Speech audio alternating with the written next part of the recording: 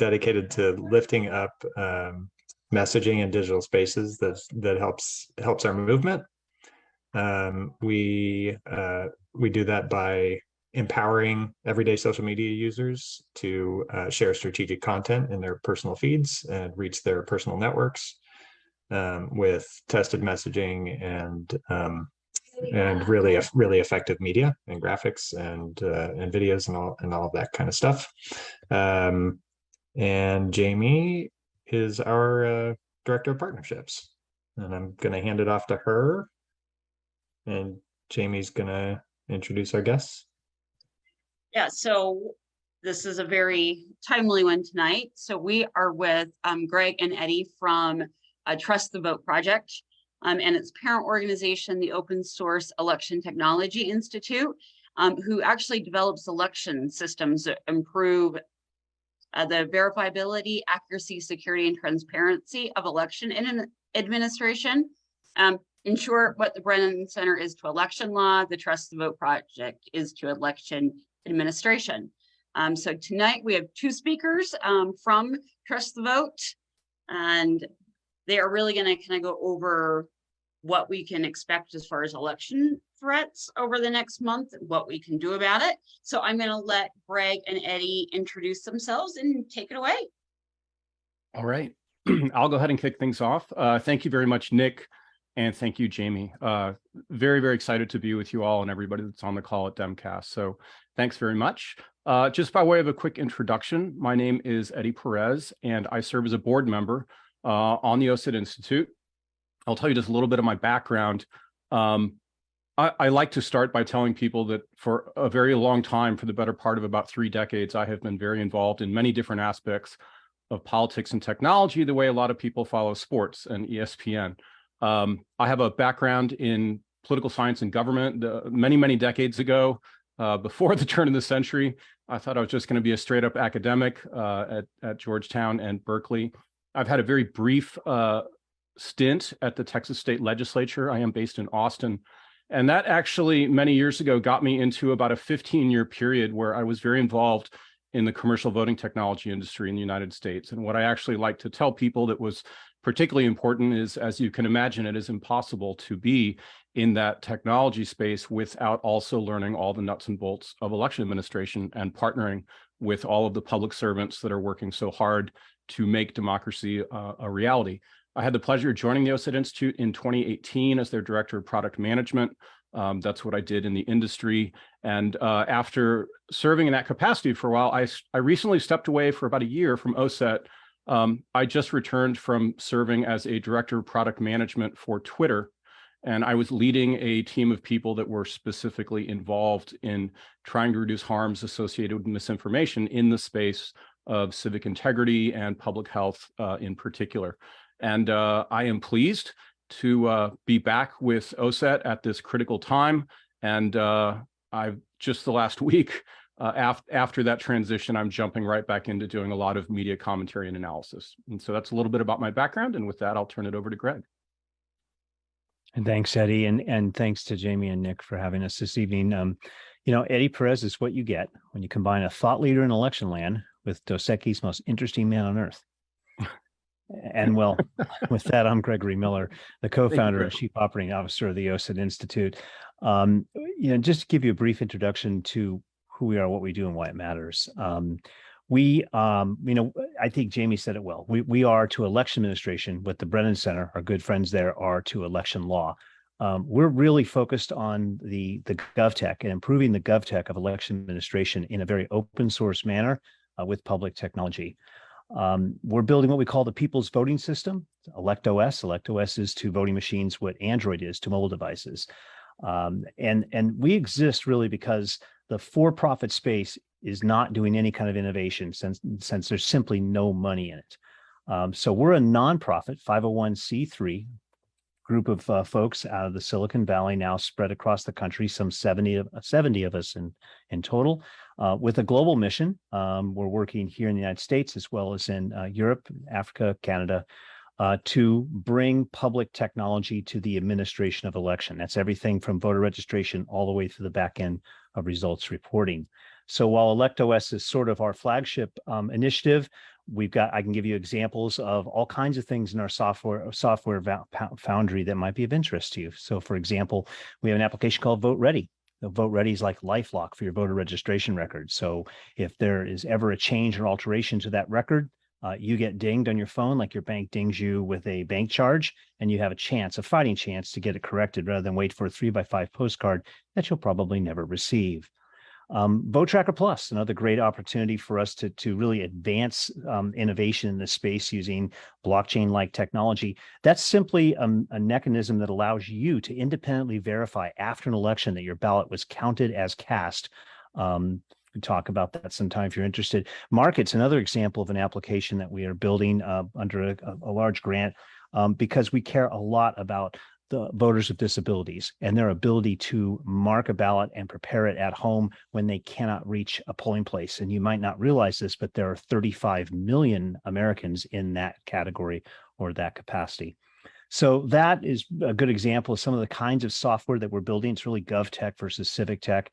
And I just wrap it up with ElectOS being the sort of the centerpiece of this, because what we know from elections officials that we have worked with over the years, a trustworthy election is trustworthy or worthy of your trust if and only if it is verifiable, accurate, secure, and transparent.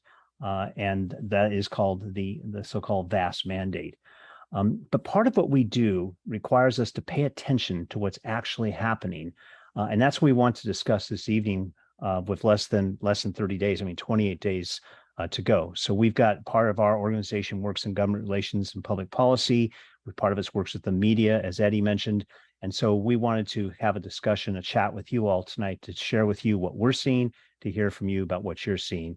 And so no one better to do that than Eddie. So Eddie, I know that there's four things that you want to focus on tonight. So take it away.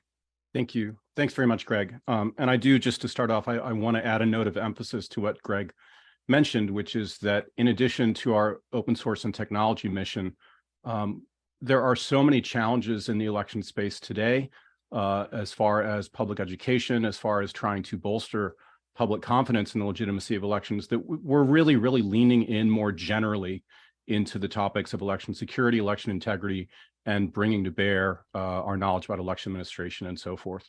And so with that, that's how I want to frame up what we'd like to talk to you today. And I want to start, the four things that I want to talk about, which is what we are watching very, very closely just in the next month or so. I want to tee it up by saying that we are in an environment in 2022 that, as many of you know, it is very different from 2020. And the way I sum that up is that as much as there was a lot of disinformation and efforts to undermine public confidence in 2020, we all know how much that has metastasized. In 2020, of course, there was a lot of discussion about the security of by-mail voting and so forth. This year, we just have a long, long list of things, many of which are not really even based in fact. And that's what's making these discussions a lot harder. So the really cataclysmic change that I want to start with by way of introduction to four particular trends is the biggest thing that has changed since 2020 is that now, on a very, very widespread basis, it is viewed as legitimate political discourse in some quarters to even question whether elections in the United States are run competently or impartially. And I like to say that really what we are looking at that is extremely dangerous is that the wall between impartial election administration and partisan politics has just collapsed. It's under extreme threat. And again, this is a very, very significant change that its impact can't be understated. The way that I sum it up, having been very much involved in election administration, election technology for the better part of 2 decades, is as imperfect as that process is, and as much as we know that politics has always been part of that process, until pretty recently, among elected officials, elected representatives on the one hand, and election officials on the other, even if they needed to get into their roles through a political competition, and even if you had, for example, county clerks or township clerks that had a D or an R after their name, there was still a baseline acceptance that no matter how rough and tumble politics might be, that politics, to a large extent, not entirely, but to a large extent, that rough and tumble stopped at the walls of election administration, and that we had a shared belief in free and fair elections. And that is something that we can no longer assume today. The fact of the matter is that election officials who are already under tremendous, tremendous pressures, they are working with scarce resources. They and their work are being dragged into the political battlefield in a way that is just categorically different than anything has existed in the past. And so with that as the most important, as I said, cataclysmic change that has happened, the four things that we're looking at, I have summarized them all under what I'm referring to as manufactured chaos. And there are a lot of examples that are all very, very troubling, that many of you are already familiar with and we're already seeing, that I think we're going to continue seeing, and there will be even more examples of them coming up in the next month or so. What I mean by manufactured chaos is nothing more or less than coordinated attempts to interfere with the actual processes and or technology of election administration. And its hallmark is that a lot of it is based upon falsehoods, and a lot of manufactured chaos, despite the fact that it is ostensibly being done in the name of so-called election integrity, a lot of it is actually having the very opposite effect, and it is undermining public trust in elections. And so I want to walk you through just some examples.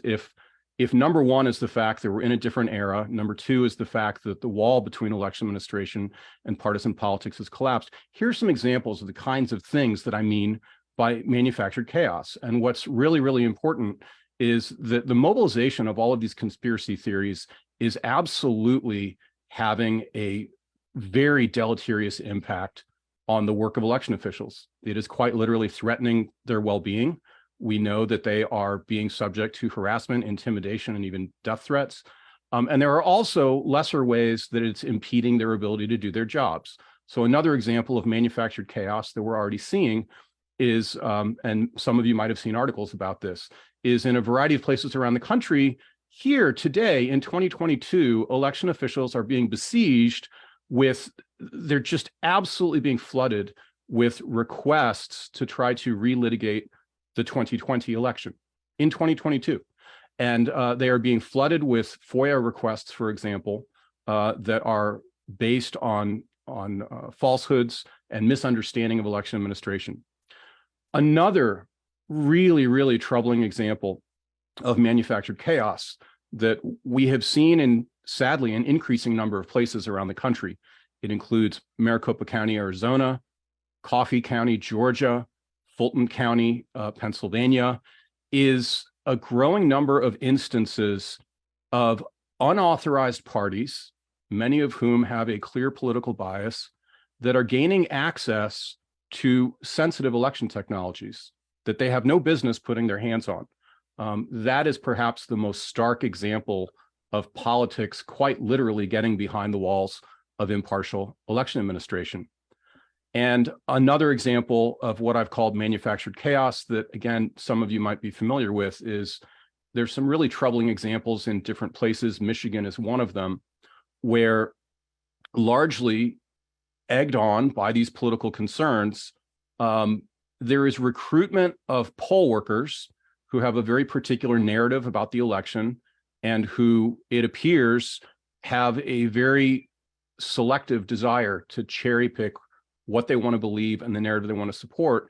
And these poll workers are being recruited in significant numbers in a way that not only, again, is threatening the integrity of the process, but there's very good reasons to wonder, if not doubt, whether these poll workers are being instructed and trained with the necessary level of discipline and obeying all of the standards that are the norm within election administration.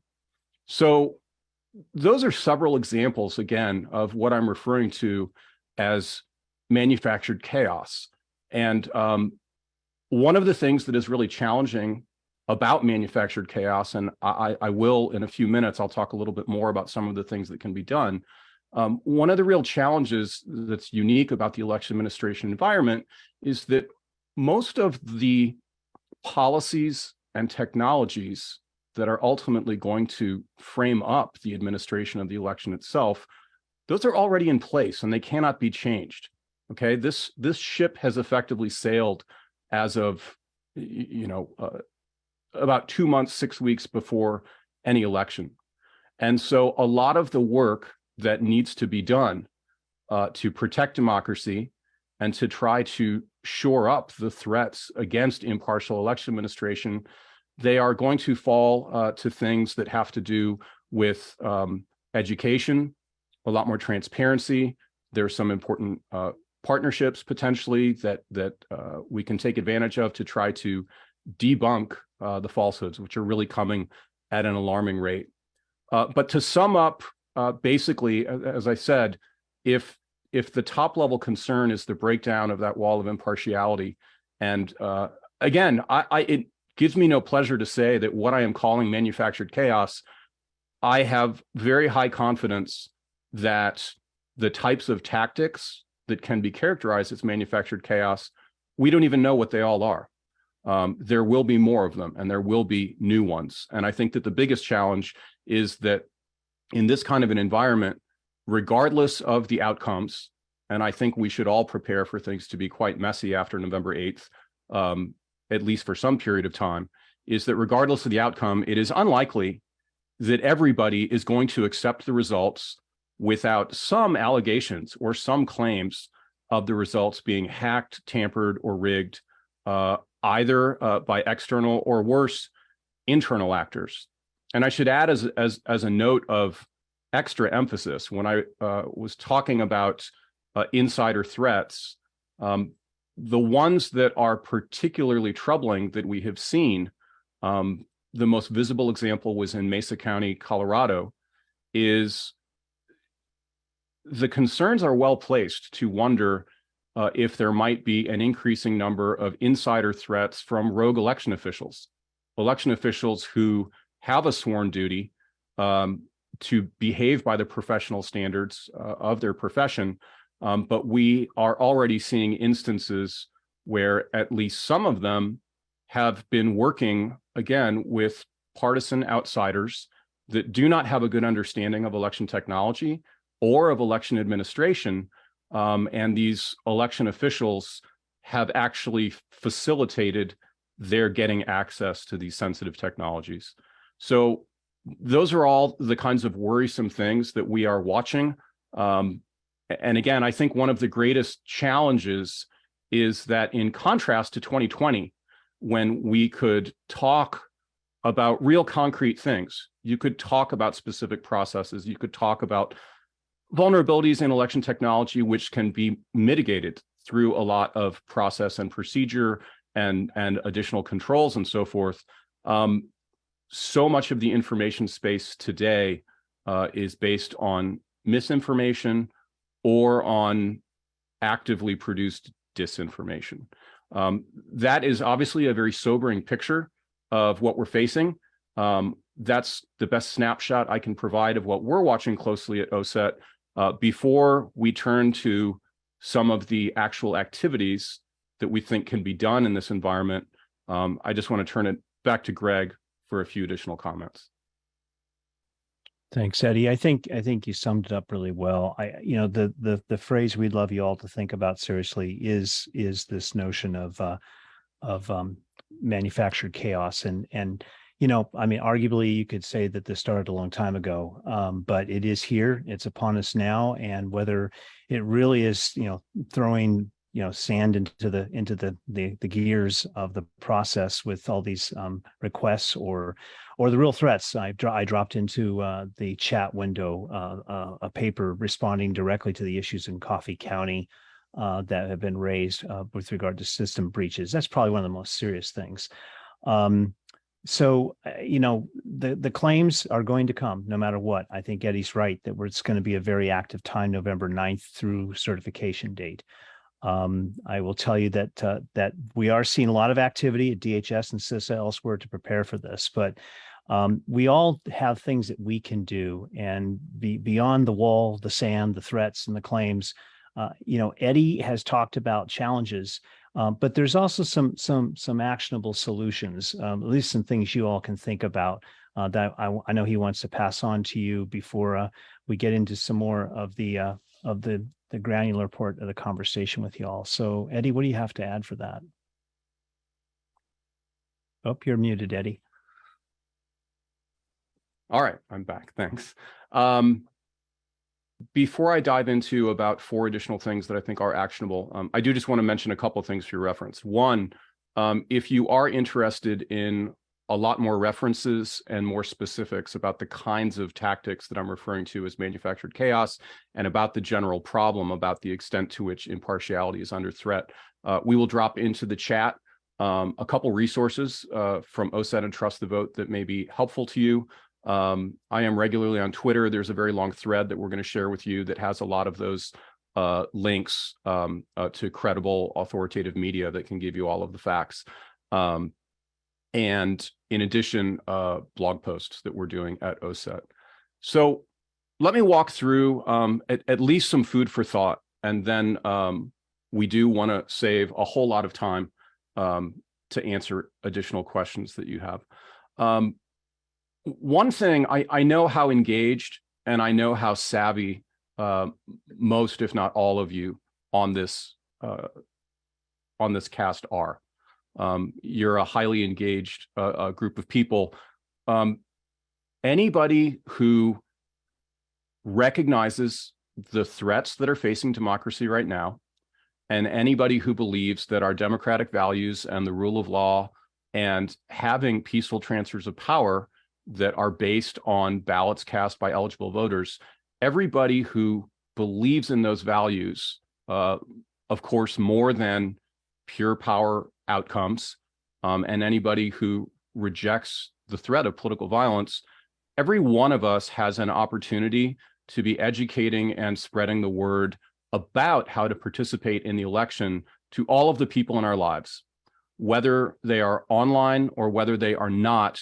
One of the most important things that it really might sound like a commonplace, but it bears repeating.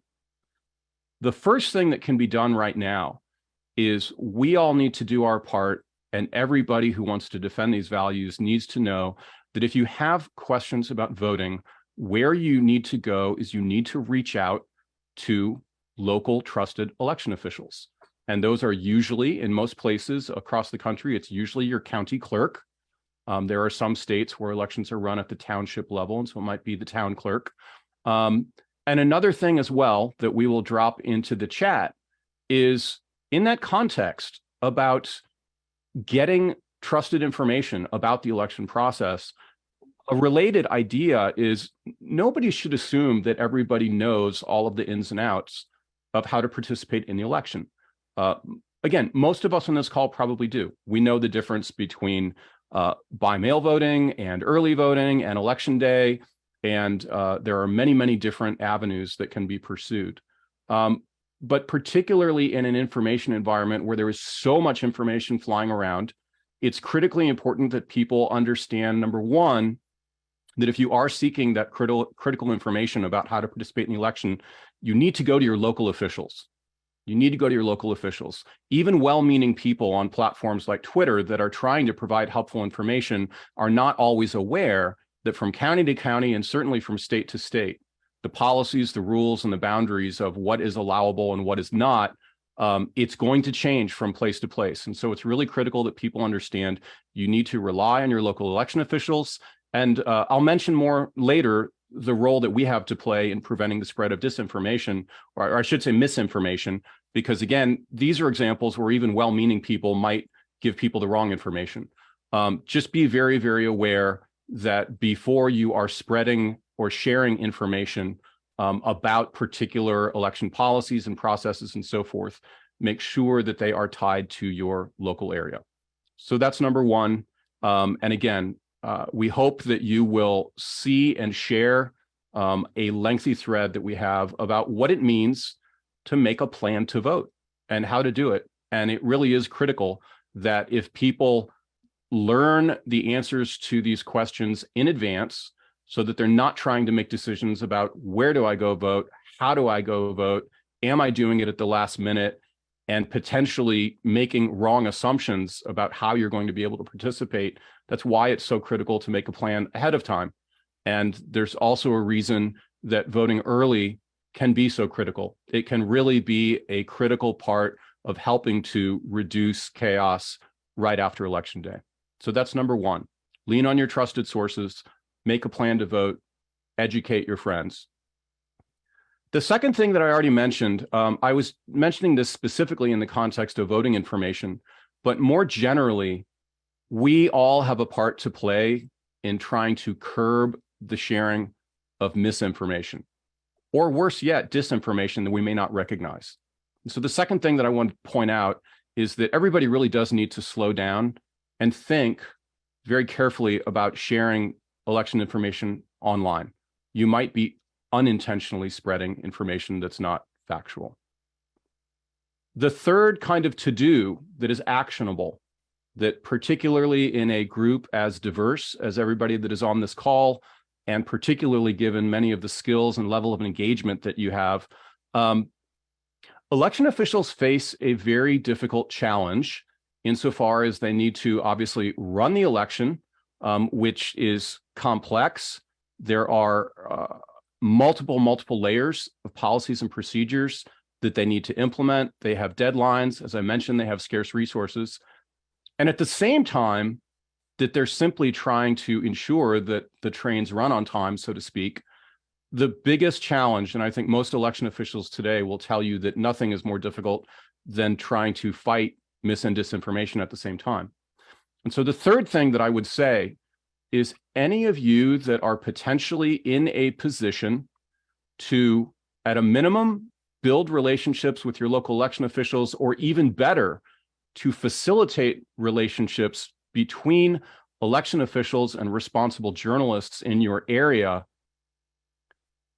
Journalists and the reliable media can be absolutely an extremely valuable instrument for election officials insofar as what's critical is to get ahead of falsehoods.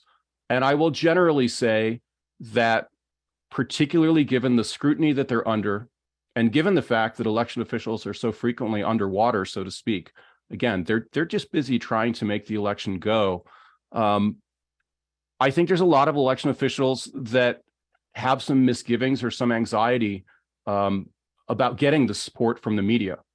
And I think anybody that is on the call, if you think that you are in a position to help build those kinds of relationships, responsible journalists very much want to help to get the facts out. And I know that election officials, when they do have that trust that there are people to help, they obviously want nothing more than to get the facts out. So that's the third thing that I would say.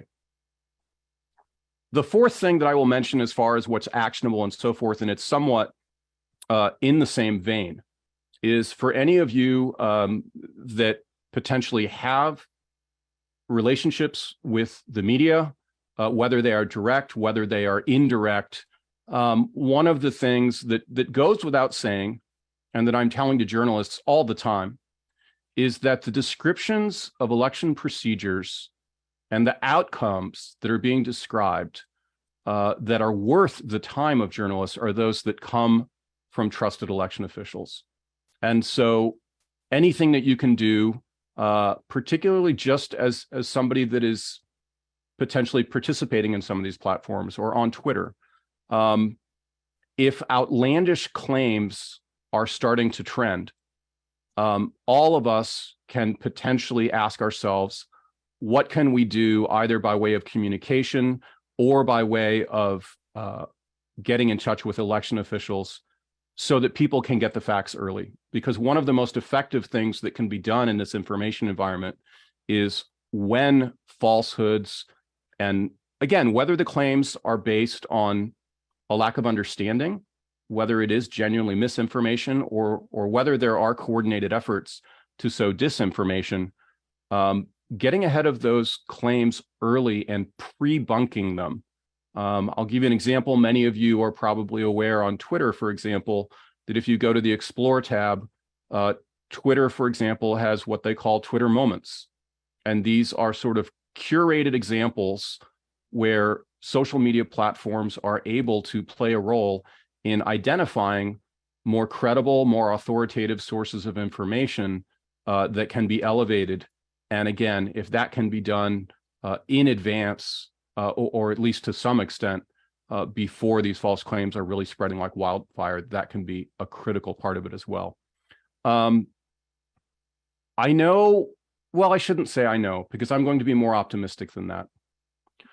It may feel to some of you in this environment where, as I said, we're a month away from the election. There's a lot of things that are already set up in place. And the kinds of things that I have talked about might seem like cold comfort, or they may seem small. But I actually don't think that's true. And I think that the final thought that I want to leave you with, that I think all of us should take very, very seriously, and however you're able to raise your voice about what I'm about to say, these tactics of what I am calling manufactured chaos, they cannot be described as part of normal partisan politics. Okay. And they cannot be referred to as typical political gamesmanship. And anything every one of us can do to call that out and stop it, and to call these tactics what they are anti-democratic, and they are baseless attacks on the legitimacy of US elections. And I do think that our voices will always matter in talking about that.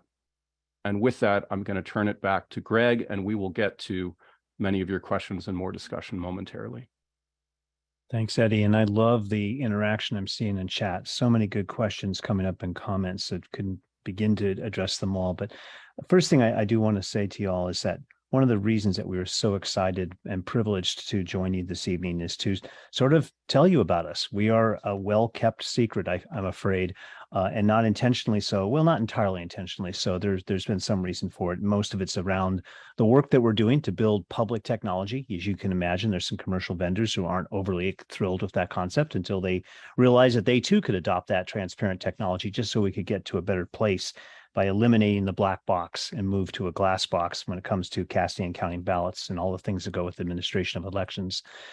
There's another aspect of it, and we should mention that there are several of us at the OSIT Institute who have been working with the national security apparatus since 2016.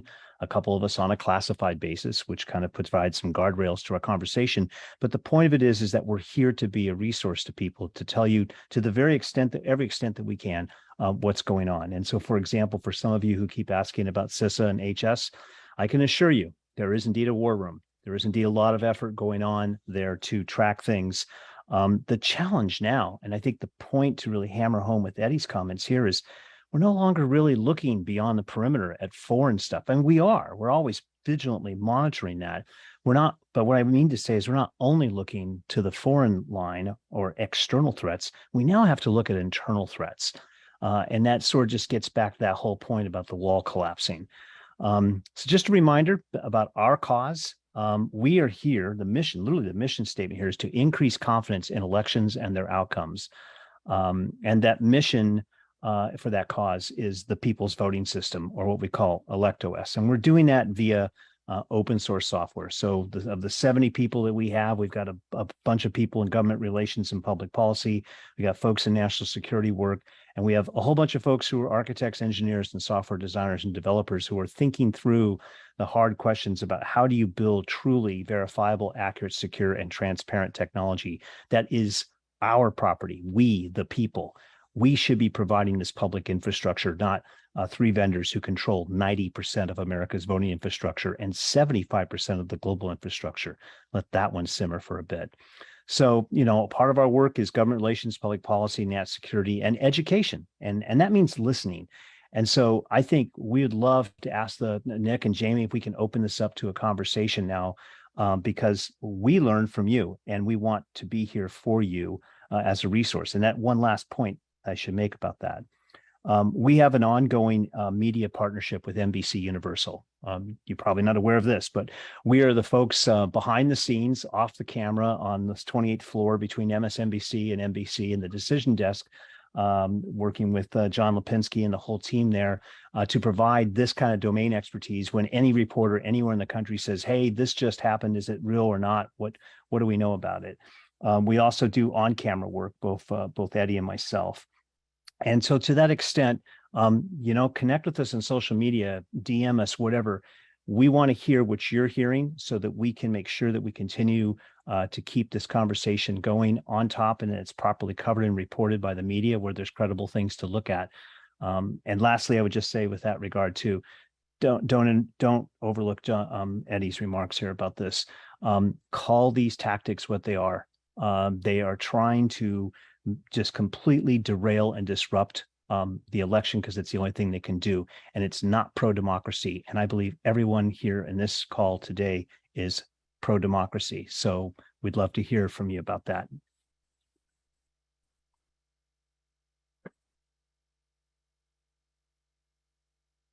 I just dropped everyone's Twitter handles in there, Oregon, their personal ones, so please follow them. Eddie has had some great threads out lately. So I know there's a couple of questions. One is, how do we make people listen to the fact that results actually are verifiable? I'm sorry, could you just repeat the question one more time, Jamie? How do we make people listen to the fact that these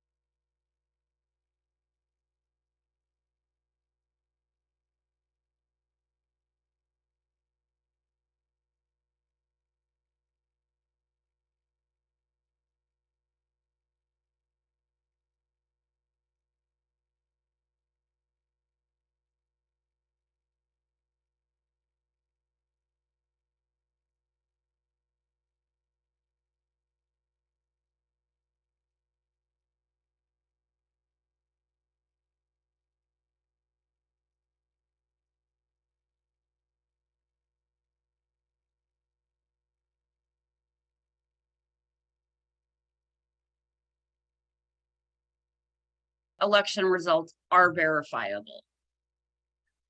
I mean, a lot of states do audits. Sure. So I would generally say in this context, one of the most important things that I know a lot of you are well aware of, and you mentioned it, Jamie, is the importance of post-election audits. Now, one of the things that is a challenge, however, in the current environment is, as many of you know, what counts as a responsible post-election audit has really come under threat. And so I think one of the things that we can do, both by way of education, but also by way of raising our voices to our elected representatives and to election officials and so forth, as far as requests for transparency, is to really hone in on the importance of post-election audits that are done in accordance with professionalized standards. Yeah. The gold standard for audits, many of you might know, is what is known as a risk limiting audit. Really setting aside a lot of the sort of complicated statistics, all you need to know about a risk limiting audit is it can be a very, very efficient way to have a high degree of statistical confidence in the correctness of an election based on looking at a pretty limited number and pretty manageable number of ballots. One thing that I will mention just in passing, in full disclosure, is that the inventor of risk limiting audits, Dr. Philip Stark, who's a professor of mathematics at Berkeley, he also serves as one of our board advisors. We're pleased to have him in that capacity. So I think that anything that can be done to help further that education, Jamie, and fight the battle against what I and others in the past have referred to as fraudits, because there are very real fraudits. There are these kinds of what I have characterized as political theater. And that needs to be pointed out when that's what's happening, instead of meaningful transparency around the election. And again, in the upward of 90% of the country is now voting on paper ballots. There has been really real and meaningful progress in recent years of just how many jurisdictions do have some form of paper ballots. The best are those that are marked by voters and not by a machine. That's an important piece of the progress in this regard, because it does provide more opportunities for that follow-up and transparency.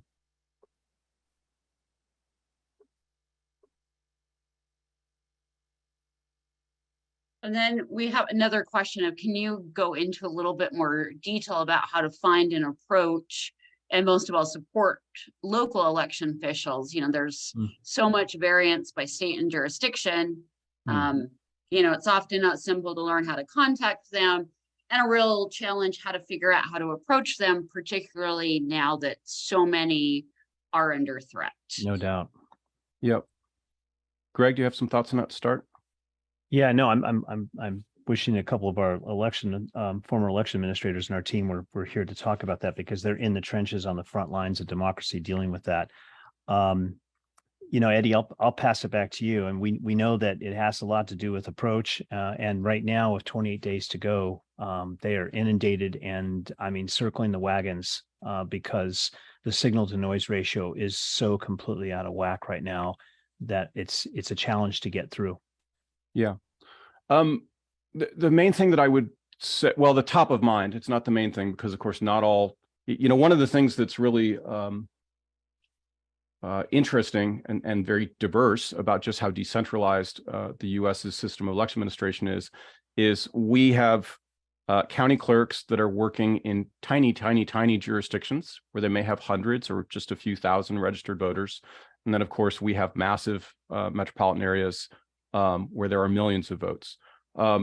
If you are just generally trying to think about return on investment, as it were, in dealing with these things, it is not uncommon for, and again, quite literally, if any one of you in your locale, I would start, if you do something as straightforward as your county name, and if you are to Google county clerk, one of the things that can frequently be a really good facilitator and a point person is larger metropolitan jurisdictions. They will very frequently have a dedicated person that is in charge of communications or outreach. And I know, just to give one example of the ways that we can be helpful in this regard, is some of the more forward-thinking communication directors within these county clerks' offices. They are actually looking for what have been called kind of responsible ambassadors of information in social media, for example. An increasing number of election officials are recognizing that one of the most powerful indicators to people that are consuming information is who it came from. And in that respect, the relationships that people have in the community, certainly amongst those of you that are on this call, DemCast is a great example. And I would explore opportunities to reach out to those directors of communications and or to inquire about being ambassadors for trusted information. One thing we do to our county clerk every year, I'm in a large county, but we, on the morning of elections, we always bring donuts and coffee to the staff. It just kind of gives them a little pick-me-up, that they have support. We're never in the way. It's like we go pretty early, but we have done this for many cycles, I think since 2008. And the smiles when you walk in, it, especially now, I think it just gives them a boost of confidence that people are on their side. Yeah. And I think Jamie, another thing I would mention in that context that can also be another kind of point of entry, as it were, given how busy election officials are, given the fact that you may or may not have, for example, someone that's on point for communications, If any of you directly have friends or if they know people that are already poll workers in your jurisdiction, that can also just be a way to kind of, get the barometer. I mean, you can talk to those people at a very casual, very low level, person to person, and just say, hey, I understand you're involved with the county clerk to some extent. I know you're maybe supporting early voting or anything else. Is there any way I can help? I didn't do poll worker training. I may not be a poll worker, but what else are you hearing? What else might be helpful? Right. And I think that's another just sort of practical, accessible option that you could also try to explore. And then what can be done to safeguard and tamp down on the hateful manufactured chaos? Ooh. In 30 seconds or less, right? Right. Everybody have a few hours. This is a great group. There's no softballs here. One of the things that I would point out, this again also, it does sound a little bit like a truism, but it is a very real problem that thankfully more and more people are talking about in the information environment. If you see something online that pisses you off, if it is an outrageous video from a source that has falsehoods or something like that, every single time that you might share that with good intentions to say, look at this, this is ridiculous, you are feeding that information machine. And so one thing that I would say is be very, very mindful about what you're actually sharing. A lot of people have correctly pointed out, if you want people to be aware, for example, of a trend or claims or allegations that are out there, but without actually feeding the beast of more followers and so forth, something as simple as screenshotting a tweet instead of sending the tweet itself because it cannot simply be retweeted or embedded or something like that. Even little things like that can make a difference, Jamie. Yeah. And is there any type of organization that sets standards for audits that can be referred to? Jamie, I can take a crack at that. Yeah, go ahead. So there are essentially, when you think about audits, we think you should think about it in two ways. There's auditing of ballots and there's auditing of the processes. Today, unfortunately, there are no clear articulated standards for either. There are best practices for risk limiting audits, and our RL team and along with Philip Stark and others are working and driving energy towards how can we formalize best practices and then maybe get to some standards. Ballot audits are going to be far easier because there's already a lot of standards for when you can conduct such audits, and that varies from state to state. Process audits are a different animal altogether. They really take a different look at things in terms of how things are done, not just how are the ballots counted. And sadly, again, there are no standards that I know of that are published and ordained. There's a lot of talk about best practices. Eddie, can you add anything to that? The main reference that I would refer you all to it's definitely a reliable, responsible, and trustworthy organization that has been the keeper of a lot of these standards is Verified Voting. Verifiedvoting.org has a lot of really, really meaty and responsible resources on the topic of audits, not only on the process itself, but also some good kind of clearinghouses of state-specific or regional information about what are the various practices that may exist in law, for example. Another example that comes to mind, if you literally just need to find out like what is on the books in my area, as far as understanding what laws might exist as related to audits, the National Conference of State Legislatures, NCSL, is an excellent resource. They have a very robust website, and you can get a lot of state-by-state information about what are the relevant audit practices in various states. Yeah, definitely two good resources, Verified Voting Foundation and NCSL. Thanks, Eddie. Mm-hmm. Well, it looks like that's it for most of the questions. We are launching a pretty focused program for the last month. Nick, do you want to You mean our Senate or Yeah. our focus state campaign? Sure. Yep. Yeah, just so everybody knows, since we've got a couple minutes here, we obviously believe in the power of social media to impact people's perceptions about politics and life and influence voters' habits and motivate action and voting. Because we founded an organization around it, so we were looking at data related to some key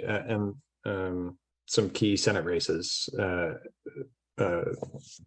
that are going to help determine, whether or not we can actually pass things like the Freedom to Vote Act in the next Congress, and the data are pretty clear when you're looking at things like post volume, sentiment, that the races where we need to move the needle the most are in North Carolina and in Nevada. Those are the greatest opportunities based on data for our organic social media activity to have the biggest impact. Help inform voters about the anti-democracy policies of Adam Laxalt in Nevada and Ted Budd in North Carolina. And so we're going to be forming a team around this to try and really push pro-democracy messaging, lift up the pro-democracy credentials of Sherry Beasley and Catherine Cortez Masto and a lot of the people in those down ballot races in those states. Critical races. For the Secretary of State race in Nevada is really, really important, as so is the governor's race for protecting the 2024 election. So I think you were can you drop the link in chat to, oh, you did. Yeah. Or Hey, Nick. Yep. Can I interject something on a very important topic that you just mentioned? Please do. Another thing that is actionable again, and I know I'm preaching to the choir here. The importance of these Secretary of State races cannot be overstated. Cannot be overstated. I and others increasingly think, and this is really the way that it needs to be thought of, is the outcome of these races for Secretary of State in 2022 is effectively laying the groundwork for what happens in 2024. And if you're a sports fan, and if you just need the simple analogy, what's happening right now is across the states, we will be electing the referees for 2024. Yes. And if you want to have a fair game in 2024, pay attention to the referees. Now, the simple thing that I wanted to add here, and I'm glad you mentioned that, Nick, is to people like us, we understand the importance of Secretary of State races. There are very, very large numbers of people across the country that have probably never thought about a Secretary of State race, don't know what that role is, don't know their importance, as in most states, they are, of course, the chief election officer. The Secretary of State races in many places, a relatively down ballot contest. And so I think there's just a very, as simple as it sounds, even just the education piece of letting people know what a Secretary of State does, the fact that they are the chief election officers with a small handful of one or two states, that absolutely deserves our attention in this election cycle. So I'm glad you mentioned it, Nick. Thank you.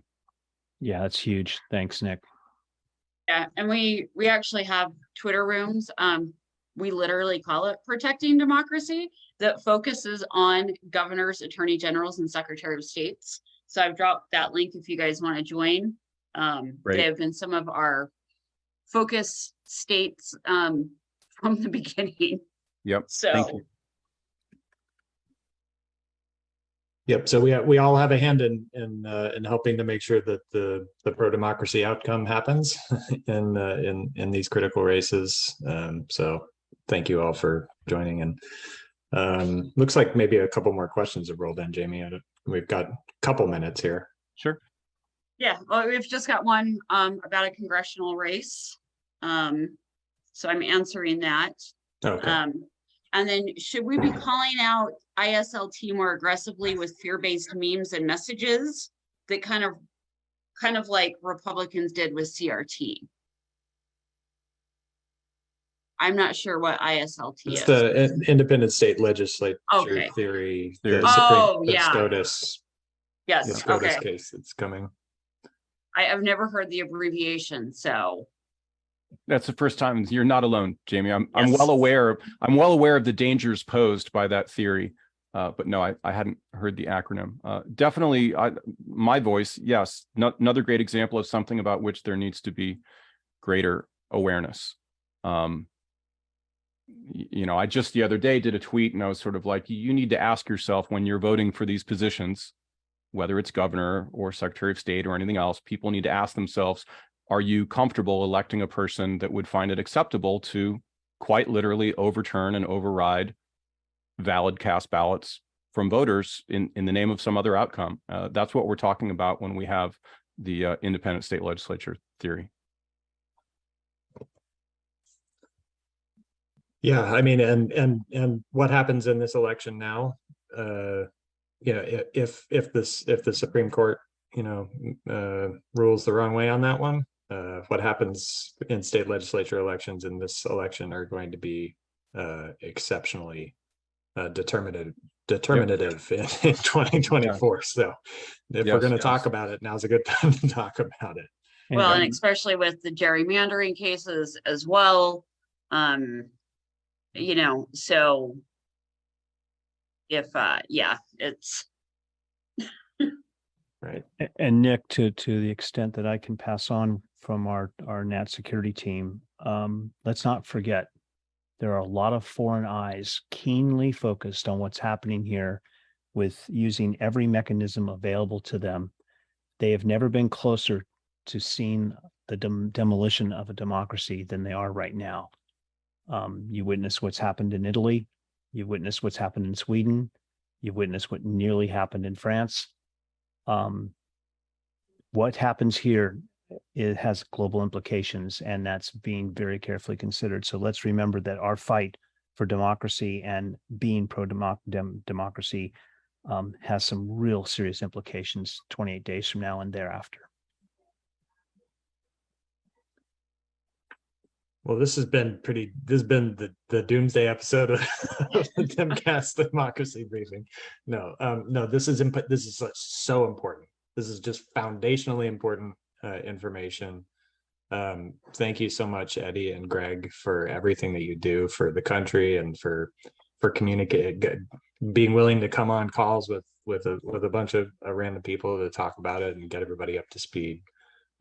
This is essential, and we all have a part in helping to make sure that the right outcomes come to pass. So thank you so much. Yeah, We're really happy to do it. Thank you, Nick, and thank you, Jamie, and thank you to everybody on the call. Just as you said, Nick, all of you are playing that role. And there is no doubt when we say this is a critical time, that's not rhetoric, and that's not just words. So we're really appreciative of this opportunity. Thank you. Thank you. And we're going to be working with Common Cause in the leadership conference, rolling this out very shortly, so that we're starting to, combat misinformation before it becomes mainstream, and that will be rolled out this week. So. Okay. Excellent. Like I said, particularly if you all, we encourage you to establish lines of communication with us online. Not only, we hope that we can provide you guys with information and content that's helpful, but as Greg mentioned, you are a critical part of helping us to be eyes and ears on the ground and pay attention to things that we all need to be aware of. So I hope we can all share in that. Thank you. And Eddie and Greg, don't hesitate. I'm following you on Twitter. Don't hesitate to send me a direct message if you got a critical thing that needs to get out. We can try and push it a little farther for you. Nick, thank you for that. We're very much permission based here, so I'd love it when someone gives us that rather than just permission granted. Yeah, you're good. Thank you. Thank you. Okay. I gave Eddie permission a few weeks ago, and he's already utilized it a few times, which I love. With great gratitude. Thank you, Jamie. All right. All right. Thanks a lot. Thanks, everybody. You guys, You all thank have you a great guys. evening. 28 days to go. Let's do this. All Thank right. you so much. Appreciate Yeah. it. Bye. Bye-bye.